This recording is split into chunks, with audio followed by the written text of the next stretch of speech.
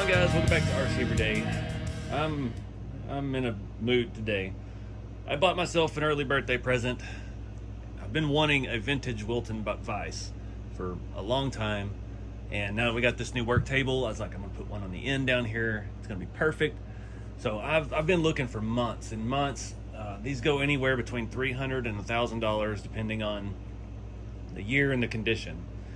So I found one late night. Bad decision. I had a bad feeling after I bought it, but I'd already paid, and I was like, it seems legit, but it wasn't. So I paid way too much for a different vise. Let me show you the pictures of what I thought I was buying. Thought I was buying a 3.5 inch, beautifully painted, excellent condition. It has a model number on it. This is a little bit different year. 335. Yeah, I thought I was getting that, and I got this. So got a little bait and switch, you know, the usual scam. I got scammed once on eBay 15 years ago the same way. I sold something, and the guy got it and filed a claim and said I sent him something else, and they asked for proof that I couldn't give. Some electronics, they wanted serial numbers off the circuit boards, and I couldn't provide that because I never took it apart. So yeah, they took my money, and the guy got to keep the product. So I got bamboozled. I got bait and switched, but I've been sitting here staring at this thing for a couple hours now doing some research. That one in the picture is probably late 50s, mid 50s, somewhere around. I'm not familiar with all the model numbers. So what I found on this one, this is actually a 4.5 inch. So it's a little bit bigger, which I kind of not mad at. Weighs about 35 pounds. It's pretty beat up. It's been rattle canned gray, silver. It's got some 100-year-old motor oil on it that smells like the inside of a 318 V8 and a 68 Dodge.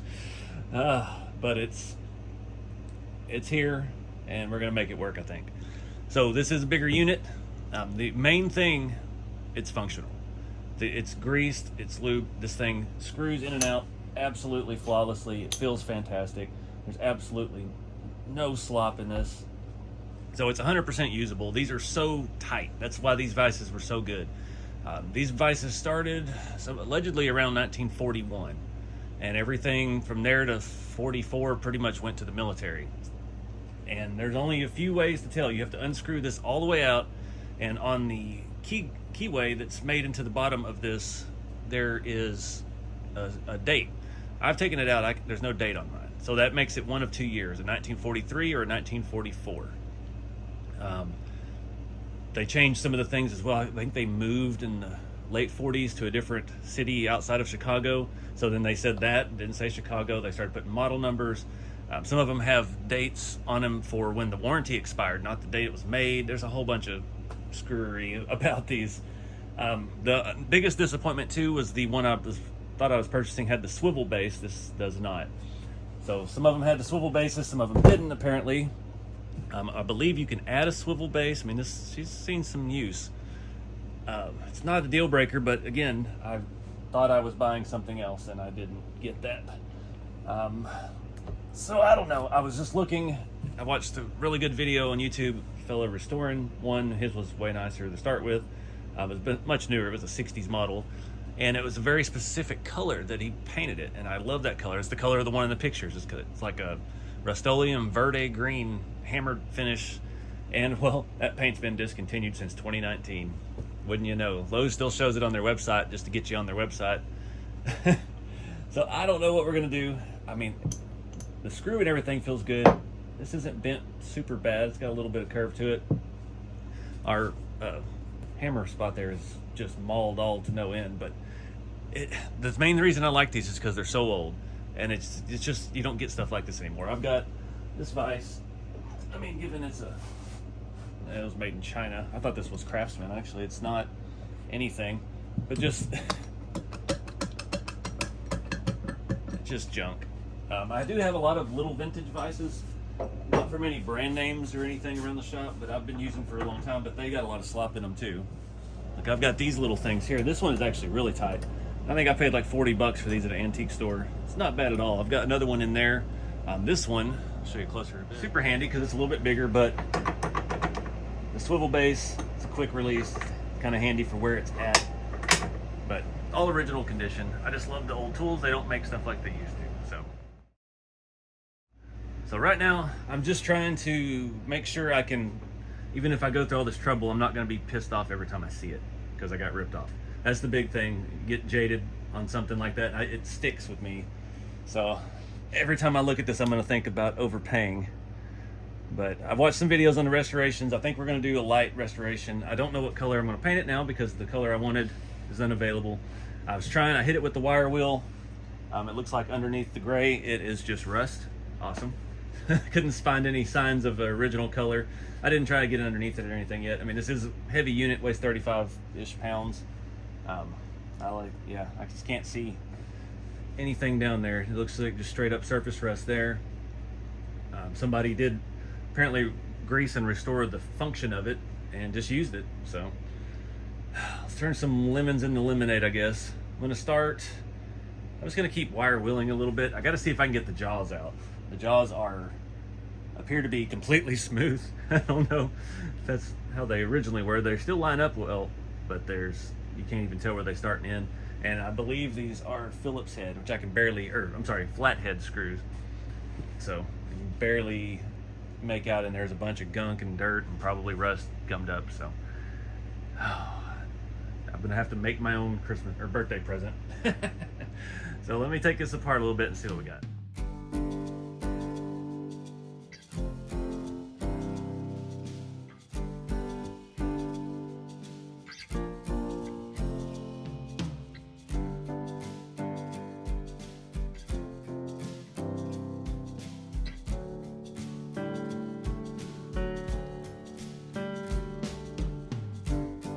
Alright, so I'm realizing one challenge of this is I wasn't prepared to do a tool restoration. I didn't even have any WD-40. I'm using some gun stuff. See if that works. I was able to get to the flathead screws and they all feel nice. The threads are good, but we're not able to turn them.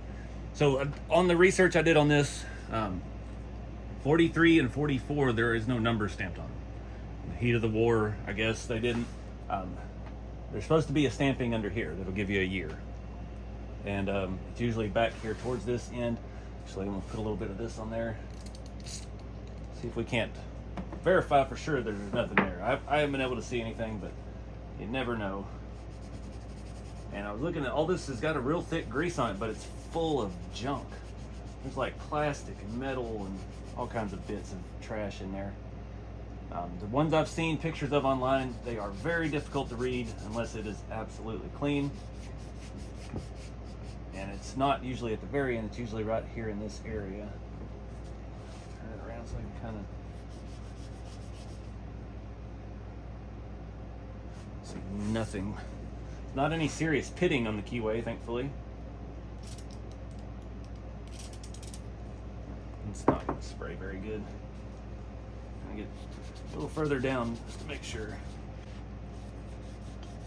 There's a really good resource that comes up when you search for these, and that's what I'm going by. So I don't know 100% that's the facts, but it seems like they knew pretty well what they were doing. I hate that there's nothing definitive about it, but yeah, it is what it is. I still got a vintage vise. It still works good. I'm just gonna make it pretty. Yeah, a lot of them had a weird, they would say like guarantee expiration dates. So it'd be like GUAR-EX or EXT on some of them, and it would have a date and so on and so forth. So yeah, they did a lot of weird stuff back then. I noticed that too. I've done a lot of research into 50s stuff, and I've done old tools and stuff before. That's why I'm fascinated with the way things used to be. Everything used to be, I mean, they didn't care about putting dates on it. They were pumping these out as fast as they could to send them off to World War II and get them in everybody's hands. People had stuff, they fixed all their own stuff. Every farmer fixed his own tractors. Half the people in town fixed their own cars. Like, it was just a different mentality. I guess I long for that kind of life because I like to fix and do everything myself if I can. And if I can't, then I like to learn how to do it. And everybody's got this throwaway mentality now. And you don't throw these away. Just, you don't overpay for them either. And let that stuff soak up for a little bit, see if I can break any of those loose. I don't want to put any power tools on it yet. I scraped out a bunch of the gunk in there. It looked like compacted mulch. I don't know what to call it. And we'll see if we can get the teeth off, see what they look like. The video I was watching, get his name later. A really good video. It was from about, say, 7 or 8 years ago, I guess. And yeah, he painted his up real nice. His was perfect to start with, though. Just had a little surface rust all over it. And yeah, so I'm just going to kind of follow his thing, make sure all this stuff, I've screwed it in and out 15 times, it's not bent, so at least it's functional. It was so poorly packaged too. A box with a box inside of it with one piece of bubble wrap just underneath it, just laying in the box, and then a 35-pound thing in there, and the box was about that big, so the vise is just banging around. I bet the UPS driver loved that.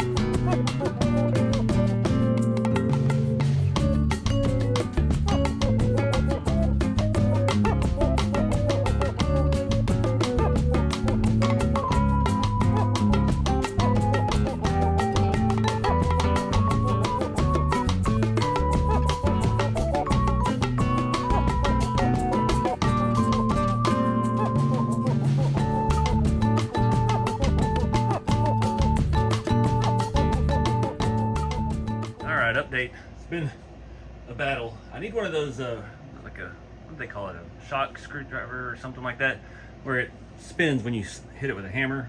I've got 3 of the 4 out. I did finally, the problem was I need a big vise to hold my big vise while I get all the screws out and take it apart.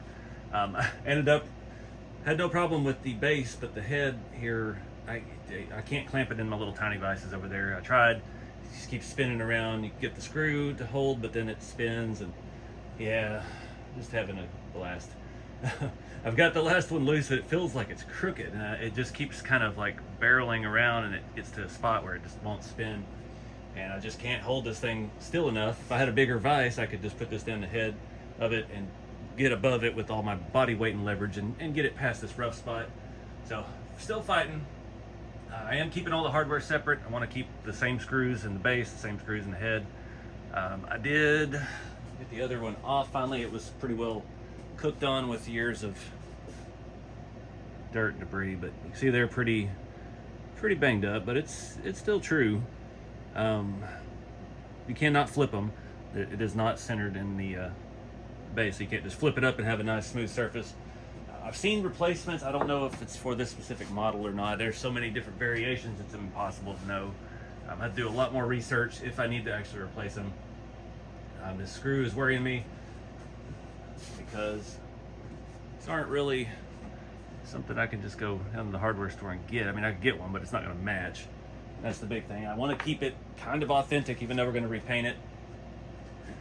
I'm still just battling with my emotions while I'm doing this because I'm really PO'd that it's not the nice new one, restored one that I was buying. But at the same time, I'm going to love this thing because of having to fight this and do all this and make it my own.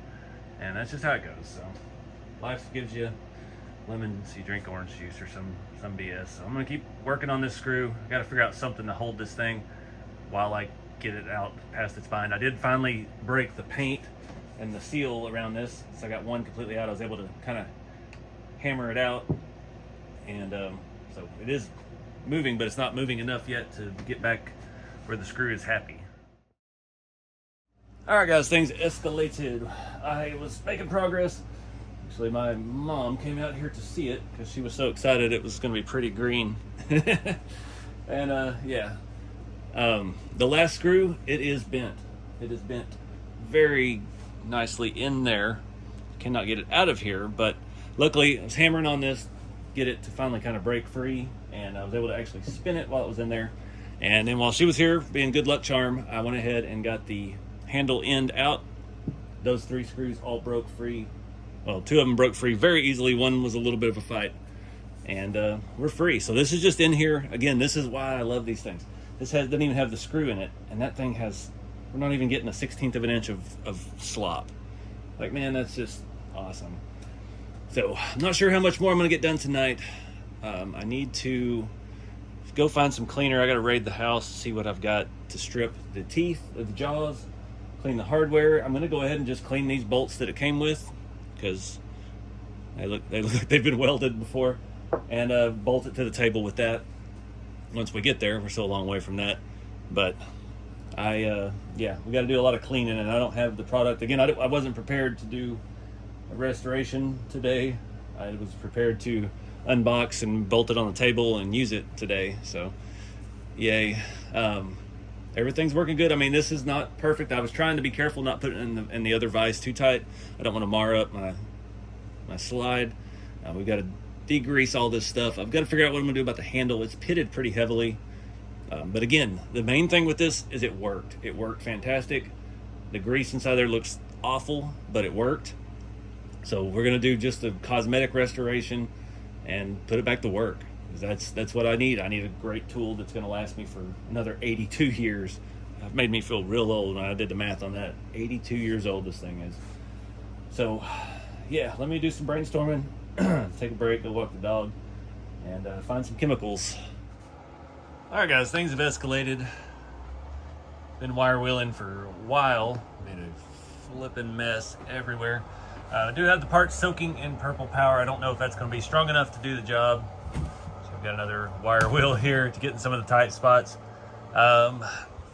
Watching videos, I probably shouldn't have done this yet, so we're going to have to paint pretty soon. So I just got out my old polishing wheel, which you can see had been on fire before. That's always fun.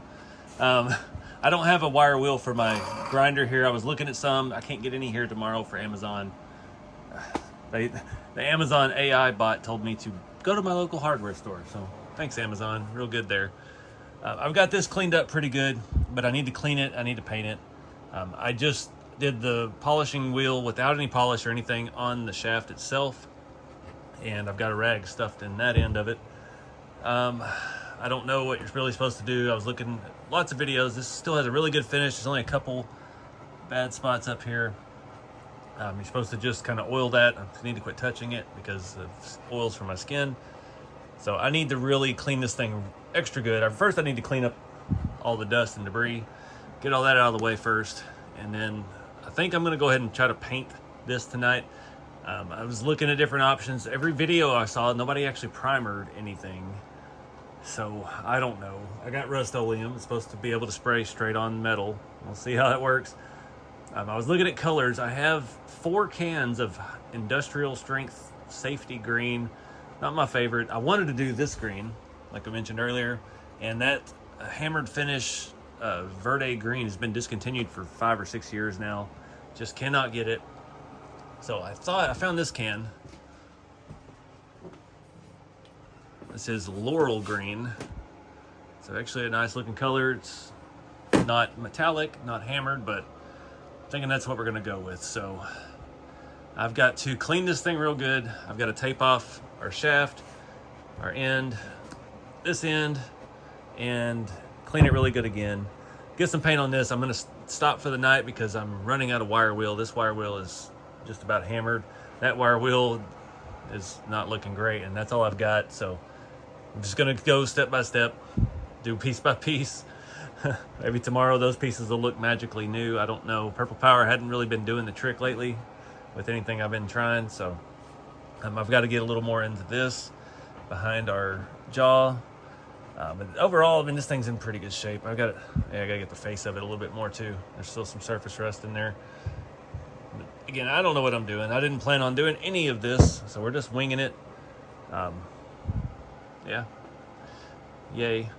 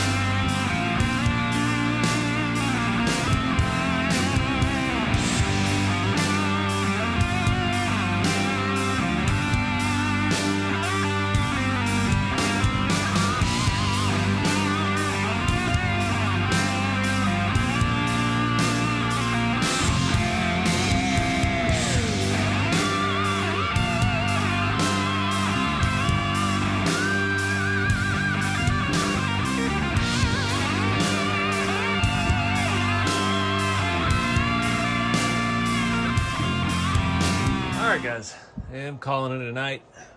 Got this part painted. I got 3 good coats of the Rust-Oleum on it.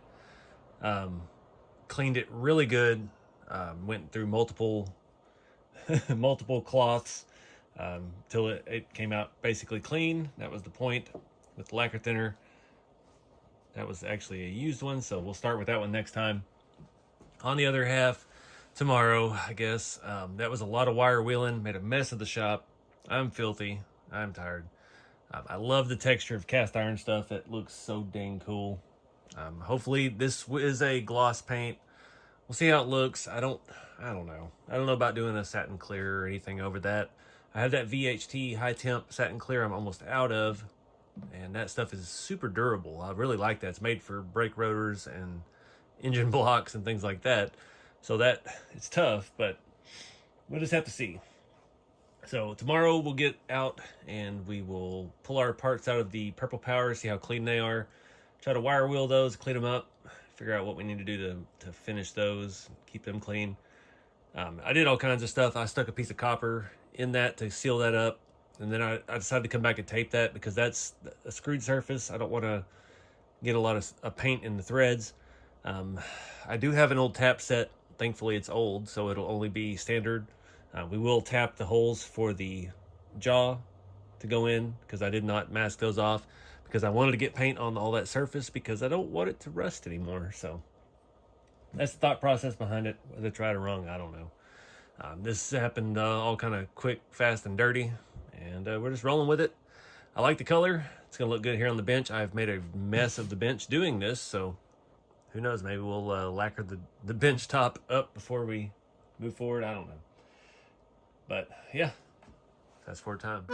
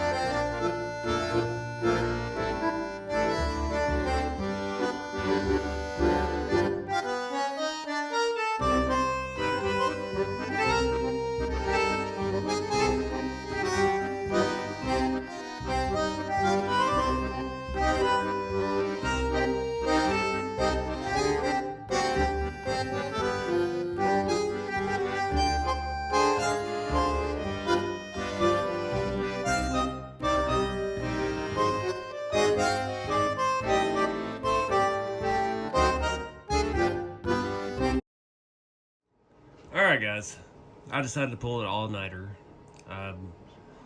Yeah, I at least want to get all the paint on this, so I spent the last 3 hours wire wheeling this. I'm filthy. That's after the wipes. It's only going to be as good as it's going to be. It worked great. I'm not trying to do anything fancy with it, so the videos I've watched, like people are like milling this back smooth, and like I don't have that ability, so yeah. I've got it pretty smooth. We did our first wipe down with the lacquer thinner. Seems to work, have worked great on the other half. It's in there and drying in the background. You can kind of see it up there. Got it jacked up with needle nose pliers. So it's like 3 a.m. right now. I've done one wipe down with this. I'm letting it air dry. I'm gonna wipe it down again with a brand new cloth and let it dry. Then we'll come back with a super clean brand new cloth again. Make sure the metal is clean. I've got the paint heating up. I'm using the 3D printer to heat filament. I'm heating filament, heating a paint can in there, so I have to keep an eye on that. Everything is still soaking over there. It is looking better. I can't tell. I pulled one of the jaws out earlier and it kind of looked like brass. I don't know. I don't know what I've got here. I mean, just bought random stuff off the internet, and I got other random stuff from the internet. This has weld marks all around the bottom where somebody welded it to a stand. It is what it is. This thing's gonna have character, and yeah, don't we all? So I'm gonna wipe this down a couple more times, try to figure out some way to take this outside, because this part is heavier than the other. I can't really grab it the way I grabbed the other one. So yeah, just gonna slather it with paint, and then we'll see what we got in the morning.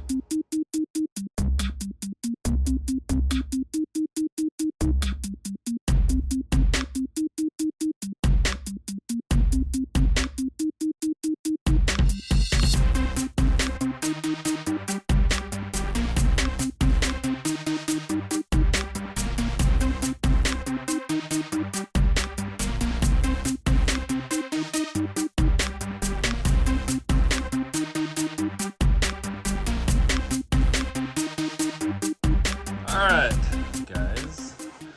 Well, we've effed around. Now we're going to find out tomorrow how well we did.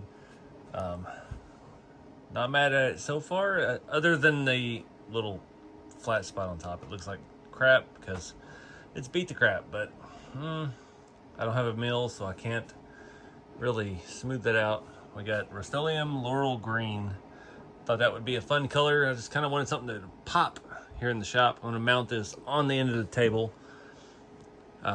We've got some 3D prints going tonight, so hopefully it'll heat things up enough to make this dry really good. I need a shower. I'm covered in metal and paint now.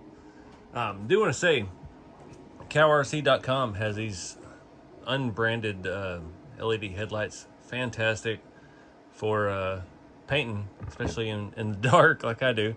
When you turn it on, and then you have the little doohickey there. You can wave your hand next to it. It's got a little sensor. Worked out really, really good. Helped keep the bugs down. I could just wave my hand past my head, and it would go off after I sprayed. I could wait, and then reignite the light. I do want to come back and do the logo with silver paint, but I don't know. We'll see how it takes. It's going to take a couple days for this to dry. I ended up doing 4 coats on this, 3 on this. This one's feeling pretty. It's still tacky, but it's getting close. Because I started it on its end right here, so I could get the underneath. The underneath's going to be ugly. I don't care. I didn't strip all of the black or whatever it was that was down there off. Just, you know, it's going to set on it. Who cares? So this is kind of a half-ass restoration, but yeah. We'll see how this stuff looks tomorrow. Went ahead and stuck this in there because it was covered in the goo. Looks like things are starting to come pretty clean, actually. We'll just have to wire wheel it after the stuff dries and see what we got. So anyways, lots of lacquer thinner. I am tired. I need a shower. Going to bed. See what we got tomorrow.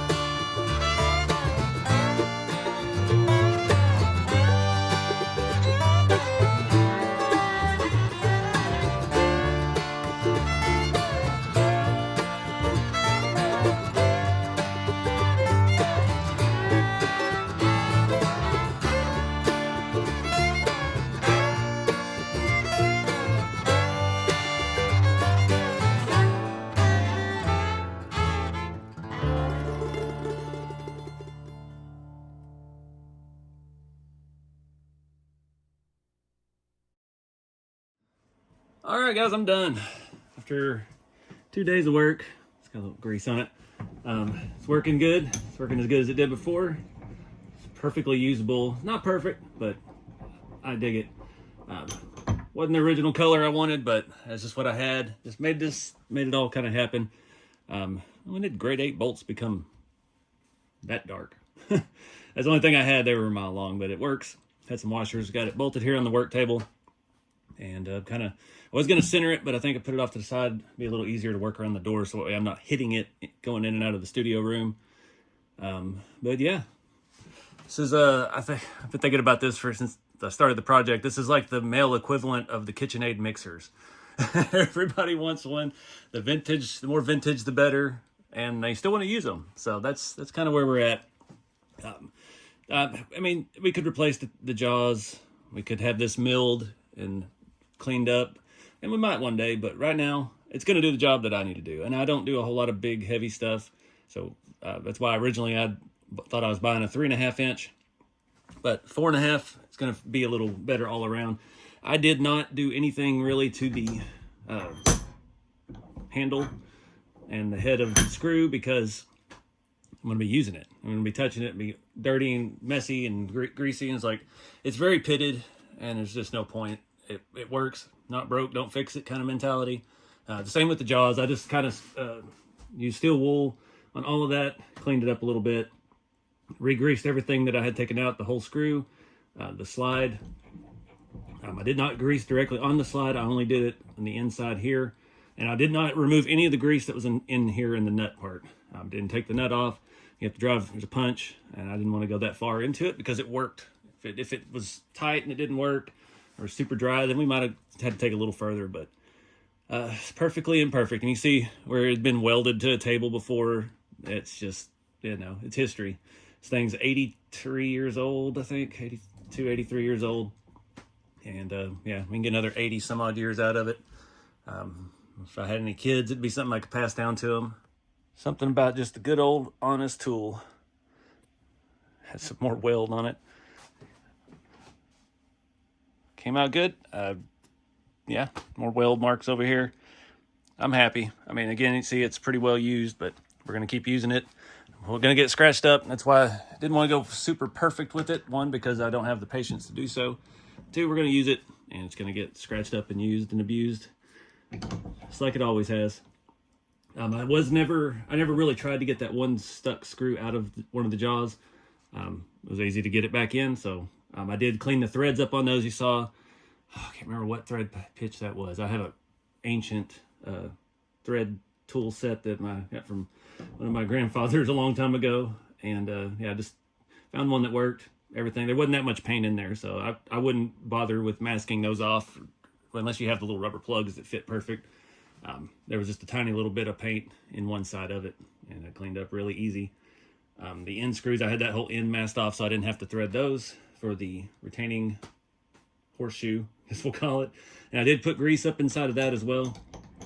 It contacts on all three sides of the screw out here inside on that. It's kind of like a bearing, and then on the back side of it. And anywhere I thought there was going to be contact on that screw, I just lubed it all up. White lithium grease is what everybody recommended. Luckily, I had some of that. So I didn't have to spend any money. It just took me 2.5 days to get this thing a little dolled up and put to work. So I appreciate you guys watching, turning lemons into lemonade. This is something I've wanted for many years. And yeah, I had a bad story, but now at least when I look at it, I don't think about getting ripped off on Marketplace. I think about all the hours of wire wheeling I have into making this thing kind of pretty.